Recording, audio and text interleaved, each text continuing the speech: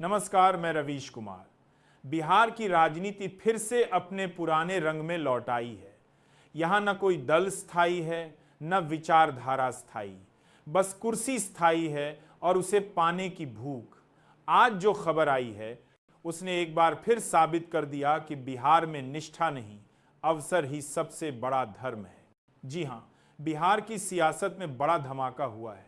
कई बीजेपी नेताओं ने एक साथ पार्टी से इस्तीफा दे दिया है। वजह वही पुरानी उपेक्षा, अपमान और अपनी ही सरकार में अपने लिए कोई जगह न मिलना।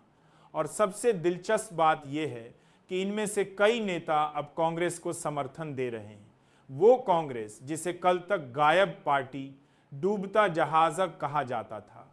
लेकिन दोस्तों, बिहार में राजनीति का मौसम बहुत जल्दी बदलता है। यहाँ नेतागिरी भी एक पेशा है और विचारधारा कपड़ों की तरह जो मौसम के हिसाब से बदली जाती है। कभी नीतीश कुमार बीजेपी के साथ थे, फिर अलग हुए, फिर साथ आए, फिर अलग हो गए, और अब जो बीजेपी के अपने नेता थे वही अब कांग्रेस की छतरी तले सुकून ढूंढ रहे हैं। कांग्रेस के दफ्तर में आज काफ़ी चहल पहल रही। पुराने पोस्टरों पर नई मुस्कानें चिपकाई जा रही थीं। जो चेहरे कभी मोदी के मंच पर ताली बजाते थे वो अब कांग्रेस के झंडे के नीचे लोकतंत्र बचाओ का नारा लगा रहे हैं। राजनीति में ये एक नया ट्रेंड है। पहले इस्तीफा दो, फिर नारा लगाओ कि देश को बचाना है। लेकिन सवाल ये उठता है कि देश को बचाना है या अपनी सीट को।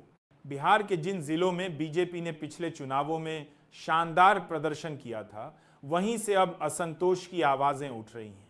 पार्टी के अंदर गुटबाजी, नाराजगी और टिकट न मिलने की चोट ने कई नेताओं को पार्टी छोड़ने पर मजबूर कर दिया है। कुछ नेता तो खुलेआम कह रहे हैं, हमसे कहा गया था कि मेहनत करो, लेकिन टिकट परिवार वालों को मिलेगा। इस देश में परिवारवाद की बात करने वाली पार्टी अब उसी बीमारी से पीड़ित नजर आ रही है जिससे वो दूसरों को संक्रमित बताती थी। बिहार में बीजेपी का पुराना केला अब अंदर से दरकता दिख रहा है।